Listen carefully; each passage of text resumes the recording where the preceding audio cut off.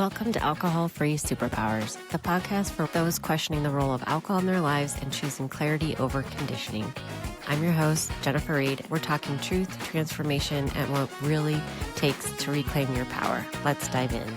Will you talk about where it all started, where it began with you in your drinking career, so to speak? Yes, so I drank from the age of 15. I grew up in a small town in England. And It was a rite of passage, you know. As teenagers, we would go into town and go to these restaurants and bars that would serve us. You know, from then, I moved to London and joined the very kind of glamorous party scene. Before that, my father died. My adoptive father died like in my late teens, and I definitely used alcohol and smoking to cope with that. It was obviously a very difficult time.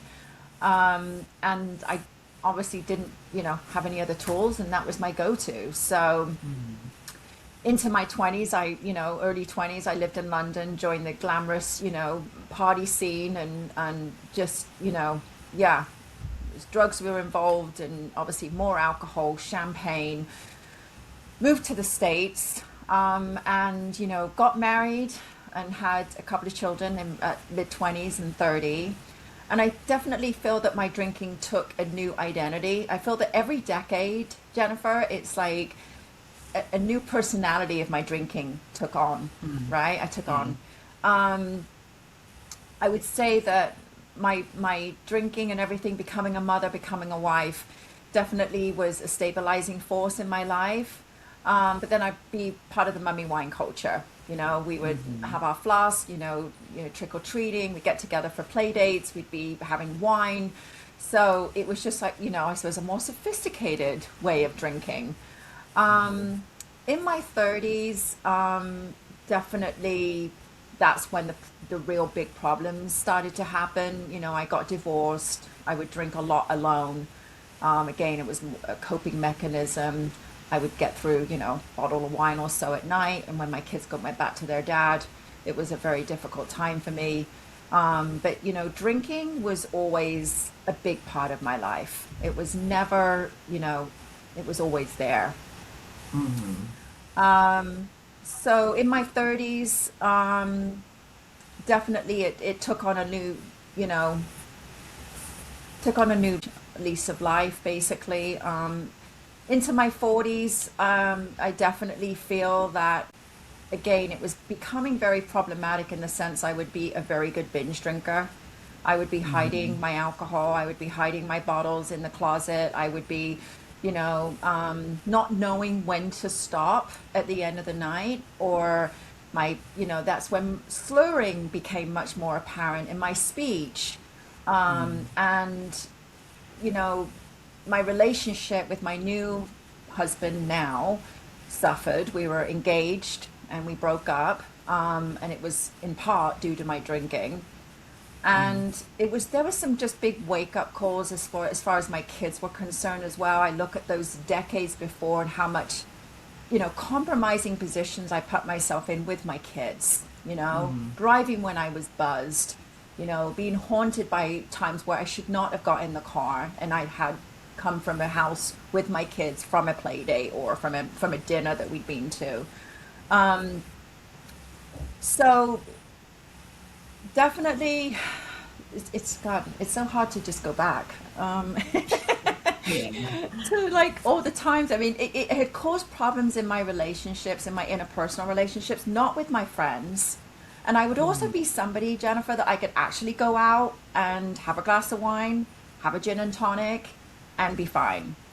It would just be, you know, it wouldn't be all the time that I would not be able to stop drinking. It would just depend.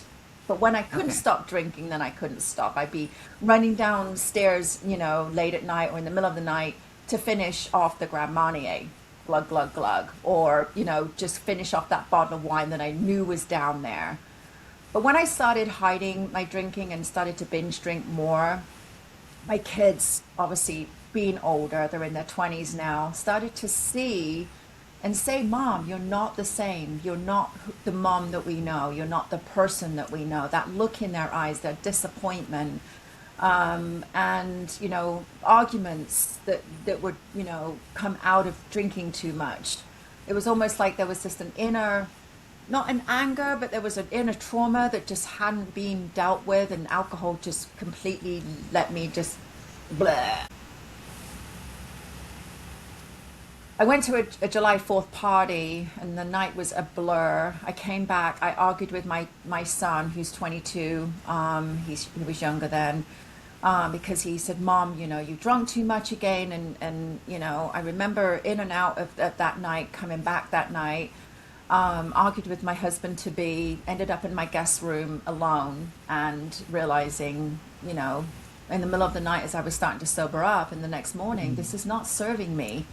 Like, I like to think that I was leading a healthy life, eating the right thing, doing all these different practices, meditation, yoga, working out, but putting toxin and, alcohol in me that was really ruining me, body, spirit, and mind. But it was so scary to think of removing alcohol, but I was really ready at that point to try. And it wasn't linear. I mean, I did kind of just, I reached out to somebody and said, I need your help. But I want it to be this way. That was Laura Cathcart Robbins, who wrote Stash. And I said to her, but, I don't need this, I don't need that. I was telling her how it needed to be. And she knew, and I knew at that point I still wasn't ready. But I did start then to delve into hypnosis tapes. I did Georgia Foster. I did 7 Days to Drink Less. I came across Annie Grace's podcast. She kept coming up in my phone. And I was like, who is this woman? And it was weird because I had only just started looking, and random podcasts from a long time ago came up on these very obscure, things that she had done, not just on her regular, forum. And I was like, wow, that really resonates. So I read her book and started delving into the community and the resources, and that was over 4 years ago. Okay. You mentioned the book. It's called Stash. Stash, yeah. That was Laura Cathcart Robbins. Okay. She wrote a book called Stash. She's amazing. Okay, I'll have to look into that. Yeah. So hypnosis, did that help? It did, Jennifer. It was so powerful. I would go to bed every night and listen to these tapes, but it was her speaking kind of in the background. You couldn't even really hear her voice. And it was music. So it was subliminal messages that were being fed into my brain and my mind. And I would do that. And I continued beyond the 7 days, and I ended up paying the upgraded membership. And I was very fascinated about how much better I was feeling. And how the cravings were starting to go away. I mean, I started to see a shift there, and that's obviously part of the foundation of what I do today, because I really believe in that modality.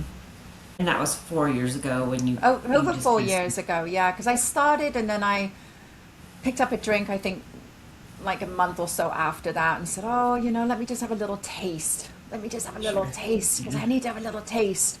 And I felt like shit afterwards. I was like, yeah. And did you go through a coaching program? I didn't, Jennifer, no. I kind of... I just asked. Yeah, I didn't go through a coaching program. I coached myself and then threw myself into the sober community. Like, I went online and I saw events that were going on, and I showed up at local events and people that were doing things like Kate, and she was doing things down in the South Bay area. And I started to just go to local things, get zero proofed. And one of the main reasons I didn't want to give up drinking is because I didn't want the stigma. I didn't want to tell people that I didn't want to drink anymore. I didn't want to be different. I held on to that fear for so long about what does my life look like without alcohol? Like, most of my friends drink. Right. I don't want to be sober. I don't want to be like that person. But how wrong was I? Because I had no idea how more beautiful my life is today than it was then, and with that pain. Yeah, and that definitely. shame and that guilt and waking up in the night and feeling like crap on the weekends and just, the guilt and shame of not remembering things and saying things I regretted and slurring my words and embarrassing myself at times in public, with certain Mhm. events. Sure. Are you still in the States? You said Yeah, you're yeah, in. yeah, yeah. I moved from England, actually like early 20s. Oh, that's very cool. Um, and you now work in the alcohol-free community. What are you doing now? I basically founded Pure Clarity about Okay. 3 years ago. I'm trying to remember. I think it's 3 years ago. Around the time, a little bit later after I made my decision to go alcohol free, and I don't do anything else either, so I'm not like California sober either. But Okay. when I went sober, I decided to set up an Instagram. A voice was coming to me saying, "Set up an Instagram. Put yourself out there," because I Mhm. wanted that accountability. And that's what I started to do. And then I created Pure Clarity because I saw that there were alcohol free events going on in the country. Derek, Mhm. Mindful Drinking Fest and other things were going. I was going to some, and I'm like, I wanted to do my own mindful drinking event. I wanted to bring Mhm. people together with the resources that had made a difference in my life and present those to other people. And I wanted it to be inclusive. I wanted it because I felt that if I had known or been exposed to an environment where it was normalized not to drink instead of it being, a separate kind of, part of life, I might have gotten Mhm. there a little quicker. So Mhm. I created an event in 2024, which brought about 150 people together. And I had speakers, I had panelists, I Awesome. had Bill Schufelt fly in for Athletic Brewing be on my panel. I had Wassam, Nick as the founder. Awesome. I had Laura Cathcart Robbins as a keynote. I had Peter Steroids there, who's the Manduka founder. He did yoga for me. He's 20 years without drinking, by the way. And I only Oh, found that cool. out afterwards. It just flowed, Jennifer. Like the event just happened effortlessly, even though it was pouring with rain that day in January. I didn't think that anyone would come. And I did have 50 people drop off of not coming, but I had 150 people there. And we had mocktail bars. We had Ritual That's there. We had awesome. Free. We had Tilden, All the Bitter, Tennyson, all the amazing brands show up. Hot Water, Toast, all came and set up, Yeah. a place for people to sample and experience non-alcoholic living. Awesome. And where was this at? That was at the Annenberg House in Santa Monica. Oh, okay. That's amazing. That's a lot Hmm. of people. Like, yeah. So I'm gonna duplicate that this next year. It's same place. Where did you say it's going No, to be I'm at? gonna do it somewhere else. The Annenberg are, Oh, are amazing. The facility is so beautiful, but just some of the requirements there are a little hard to meet. gotcha. Okay. Yeah, and then I became a certified coach in June of this year through the AF, through Carolina's program. Oh, okay. And, Yeah. that was never a goal of mine. But in all honesty, once I became empowered in the decision to be alcohol free, so many people after that were inspired by my journey because they Yeah. knew where I'd come from, and even a couple of them had spoken to me about my drinking in the past, and Yeah. they were like, "Wow, if she can do it, then Mhm. I you can help me." And different people's relationship with alcohol can be so different. It can still be a problem, but it can be a different kind of a problem. It can just be, Mhm. I have one friend that just drank at times where she didn't want to drink, on her dog walks, and it was a crutch. She Uh-huh. didn't have the same issues that I did, but that's what's so beautiful about this community. All of our stories are all so different. And now she's 3 years alcohol free. Oh, great. And I started just helping people, like, because I love to help people, and Mhm. I just wanted more tools. I wanted to Mhm. become more of a formal help in this space, and just, yeah, my goal is to help as many people as I can. Yeah. Yeah, Carolyn is amazing. She is. Um, so I like to emphasize the benefits of going alcohol free. There's the ones that most of us know about, waking up feeling better. Were there any that surprised you, including your relationships with your now husband and say children and friends. Can you talk a little bit about those? Yeah, I mean, it's an emotional question to answer because it is so freaking beautiful on this side. Yeah. Life Yeah. becomes, and it's so cliche to say this, life becomes so much clearer in every way possible. It becomes so much more deeper. It becomes so much more present. And I know this sounds like, but that's what it is. Yeah. Um, just waking up with that sense of knowing, again, without the shame, without the guilt, without the racing mind, without the what I wish I'd not said that. That is so mentally taxing on our nervous system and on us as people. Um, I definitely feel that, I've done vacations, I've done weddings, I've done my birthdays now, I've done my wedding, my own wedding, all alcohol Yeah. free. I am so friggin' present now to these things and to these celebrations and to these moments where you are there to be present. But when we're drinking, we're really not. And just to experience that on my terms and just to really just embrace all the joy that comes with those moments, it's so beautiful to be alcohol free and not to be drinking in those circumstances. Yeah. Energy level, just again, the mental dance of drinking, not drinking, how much, moderating, one, two, three, did I drink too much? Opens up our minds to really walk into fulfillment on a deeper level. And I feel that I've been very blessed in my life. I have a beautiful family. I've always, I've had a good career. But you really can tap into really what is our purpose? What is my purpose? I really tapped into that. Really finding deeper fulfillment. Like, what do I really want to leave when I leave this world? What is my Yeah. legacy? What is the fulfillment that that really resonates with my heart and soul?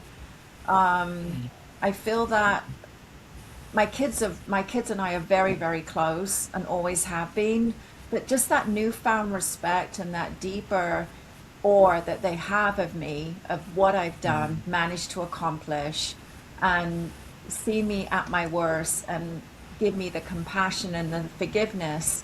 That's taught me a lot about, love. I mean, yeah. And even with my husband now, the same thing. He always knew that I could do this and wanted me Wow. to do it, but it was just something that I held on very tightly. Um, so yeah, just deeper fulfillment. I couldn't even imagine that I would be living the life that I'm living now and meeting the people that I'm meeting and experiencing what I'm experiencing and coaching and doing these events and touching people's lives. That's who I am. Coming back Uh-huh. to the most That's authentic great. version of myself is probably one of the biggest gifts because so much and so many people around you benefit close to you and people that you may not have even met yet. Yeah. There you go. Yeah. Um, Now, does your current husband, sorry, he's now Chris, new. Chris, yeah. Does he drink? And how about your children? Like, has Mm. you done this changed their relationship with alcohol, or how has that worked? When I first gave up drinking, Jennifer, I felt guilty that I couldn't drink, and he Mm. was still drinking. So I Uh-huh. wanted to make sure that he was okay. Yeah. Chris, please order a drink. Don't you want another one? Because that was a big part of our relationship when we met, Uh-huh. was drinking, and we had a lot of good times together doing that. But it would also end up in a lot of fights as well, and be very negative for our relationship. Um, so when I first stopped drinking and during my journey for the first year, he continued to drink. But he was always very mindful about obviously not the same habits or the rituals that we had shared on a Friday night, on a Saturday or a Sunday. He modified his routines, but obviously nothing that I had ever asked him to do. One day he decided to read Annie Grace's book, and he picked that book up and read it cover to cover in a week and never had another drink again. Oh yeah. Wow. Yeah, that's a great book. Yeah, and Yes. he just said, Yes. I'm Yeah. done. I don't really need this anymore. I don't feel the need for it. He Yeah. was a professional footballer in the 80s, so He's had Oh, wow. his big drinking times over the years. Yeah. Very cool. Huh. And your children? Do they? Yeah, Joseph and Harrison, no, not at all. I mean, they don't drink.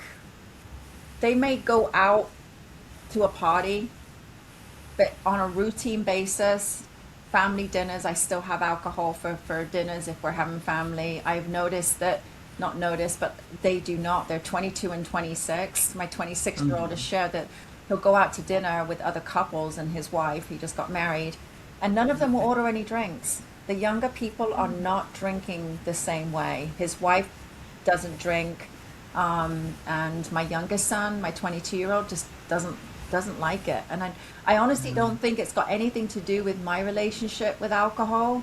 It's just something. They're both very present and very spiritual, and they're both really connected to themselves. And I think that I have been an inspiration for that.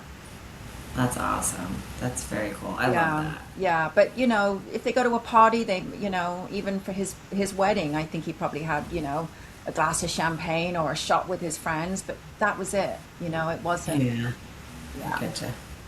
So did you have alcohol at your wedding? Yes, I did. Oh, okay. I I was just did. curious when you said that you do Yeah, I have did, it. Jennifer. I actually, it's so funny because some of my friends, my drinking friends, would be like, "Well, is there going to be alcohol at the wedding?" And I'm like, "Yeah, absolutely." But I did have a non-alcoholic bar, and I had a regular bar.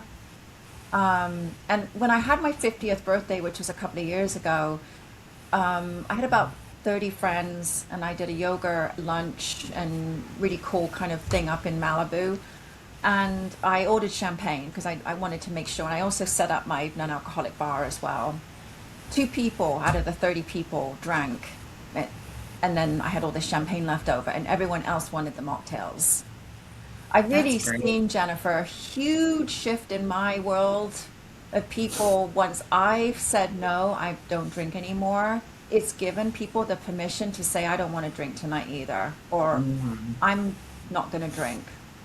I want that. And these Yeah. are people that I never would think of in a million years. It's amazing the empowerment that we give other people and the validation for them to seek their own journey once they see somebody else do it. And I think that we're so wrong when we're drinking. We think it's going to be the opposite. We think it's, Yeah. and at times it can be. I think obviously some people do fall away from getting together socially with you because they know you don't drink or may not be invited to the same things. But at the end of the day, you're not supposed to be there. You're not, Yeah. those aren't your peeps.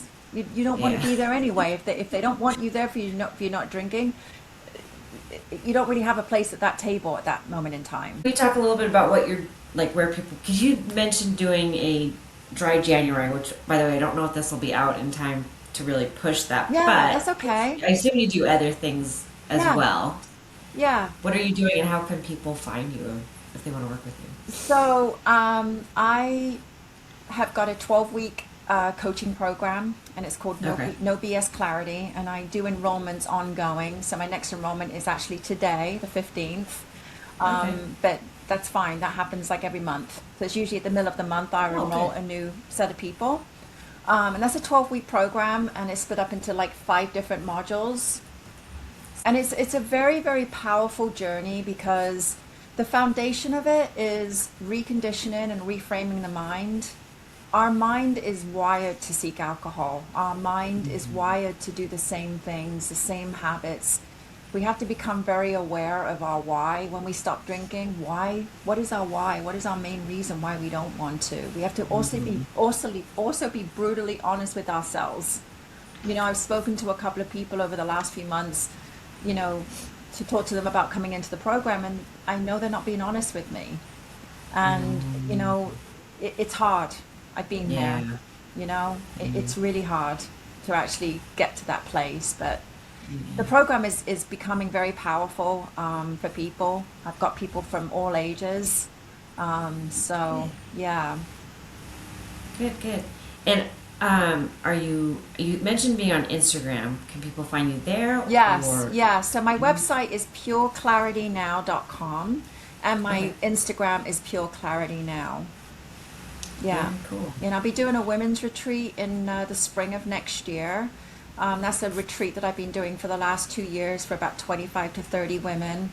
Hoping to increase that next year. And that's really usually a night before we check in at a place. It's usually been at the Murrieta Hot Springs. I'm just confirming the venue. And then the next night, the next day is a whole day of programming where we do a women's circle with celebrity dietitian Kim Shapiro. We do, women's health. We do restorative movement. We do a sound bath. We do plant-based eating.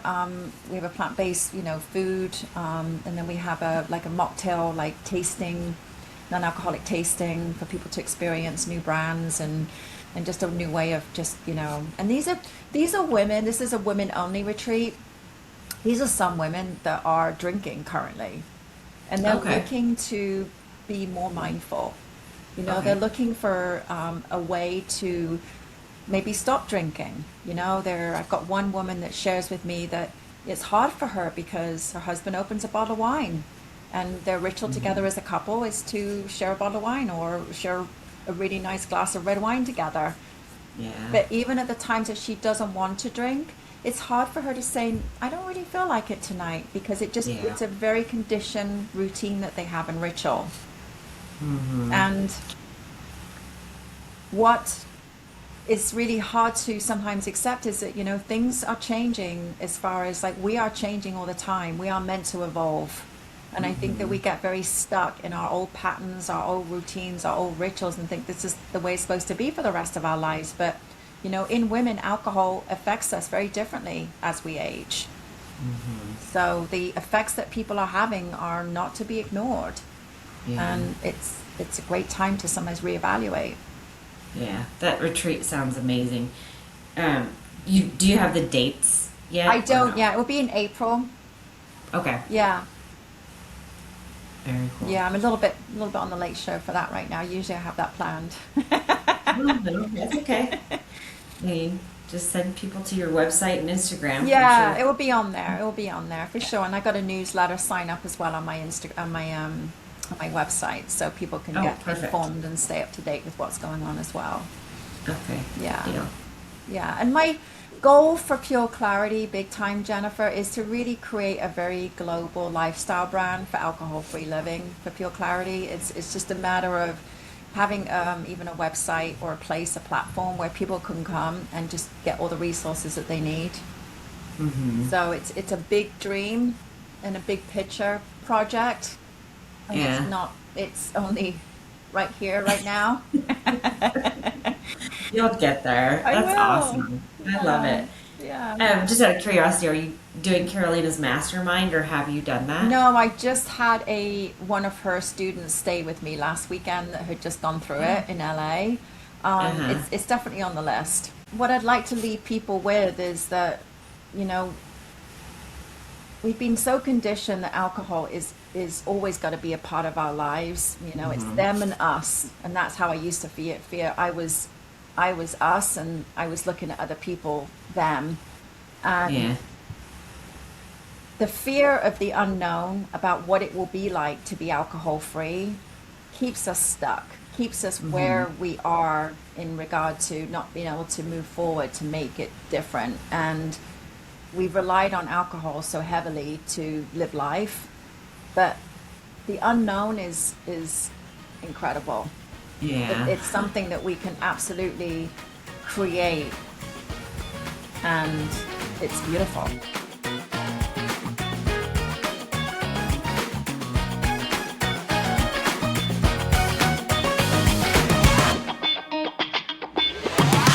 If today's episode hit home, you're not alone and you're not broken. You're waking up. If you're ready for more honesty, more clarity, and more real talk, make sure to follow, share, or leave a review. And if no one told you today, you're powerful AF. Catch you next time on Alcohol Free Superpowers.